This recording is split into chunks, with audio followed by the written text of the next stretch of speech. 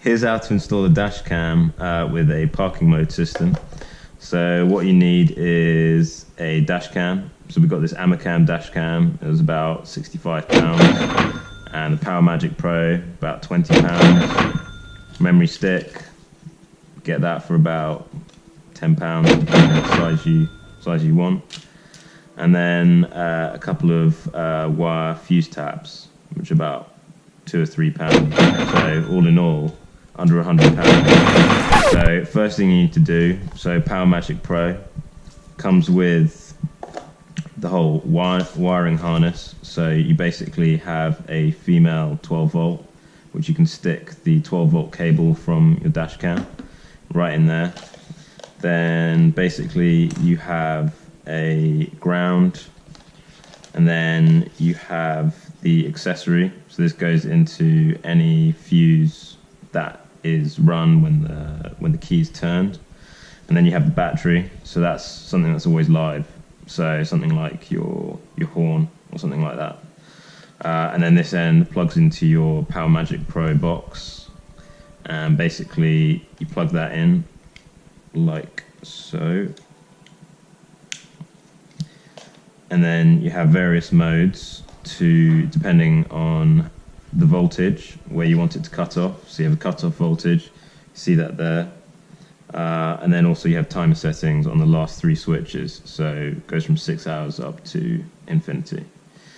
Right, so first thing that we need to do is get the live and the accessory, and add those to the fuse taps. Best thing to do is to crimp it using a crimp tool, something like this, and using these guys here, just crimp it. So let's do the live first. So what we want to do, take this end off. It already comes stripped, so that's all good.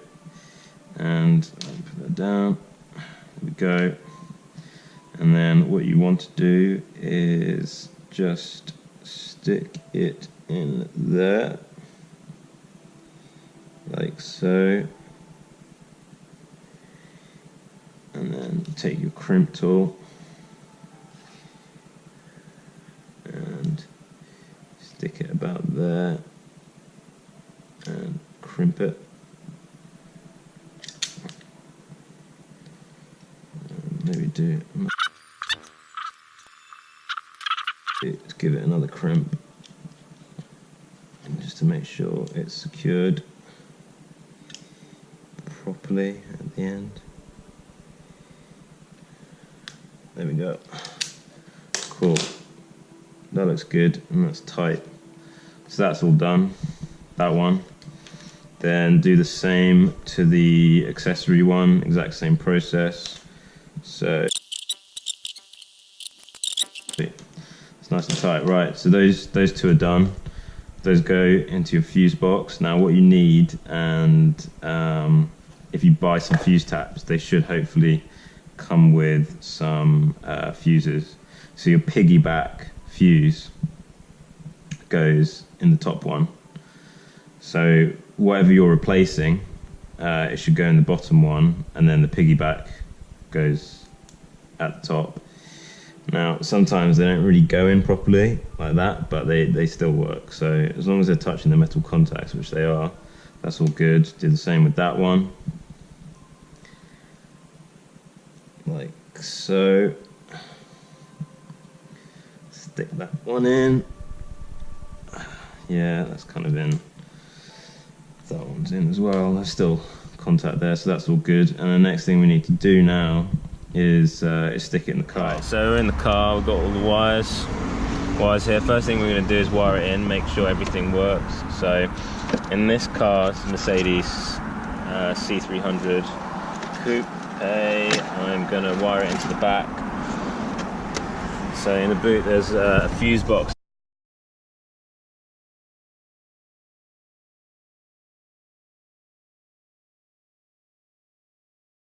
there.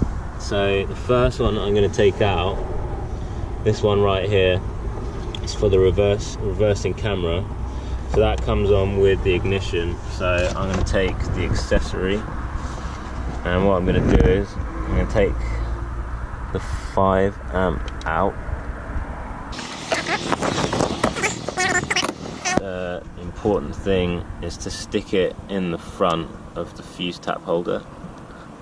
So it's in the front, and then you piggyback the one for the dash cams at the back. So this is the accessory, so that's going to go. Next we've got the live. So live we want to put in something that is obviously always on. Okay, so this one that is always live in this car is this 5 amp right here. That's for the keyless go system, and that will always be on. So I'll take that out.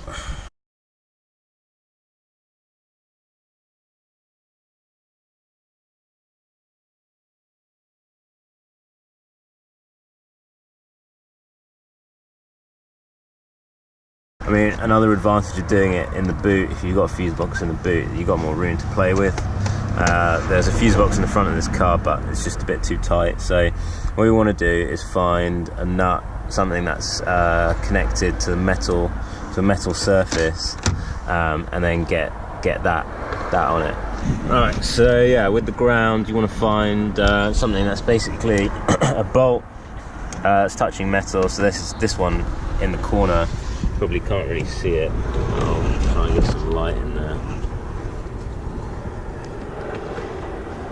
That one right there. So what we want to do is basically undo it.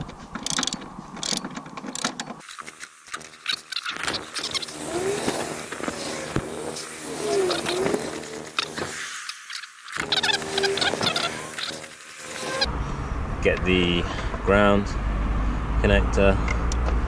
Stick that underneath, and okay.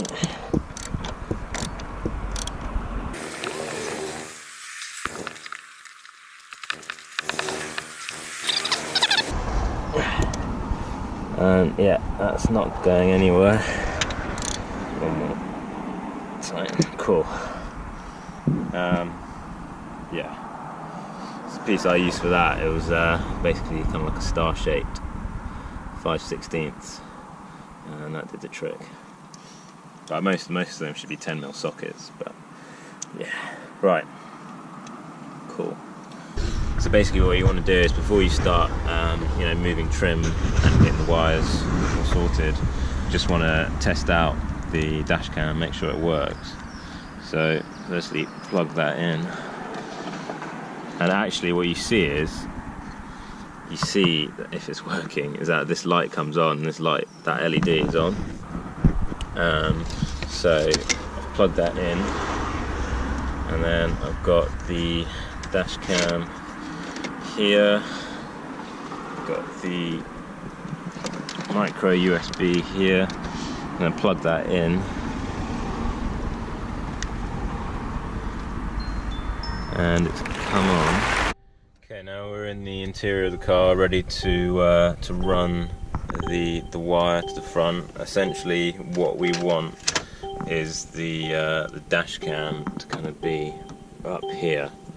All right, what's useful for tucking away the cables is some of these like plastic trim tools. Just make sure you can wedge things open, but also not damage the trim. So what I'm going to do, try and tuck this cable in as much as possible.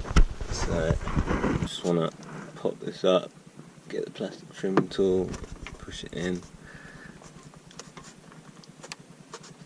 and then just work it along.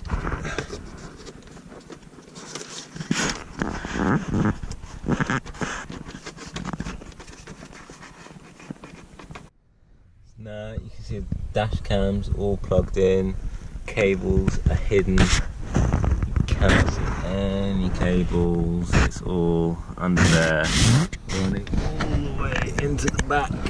So now when we start dash cam, it should just turn on with the ignition.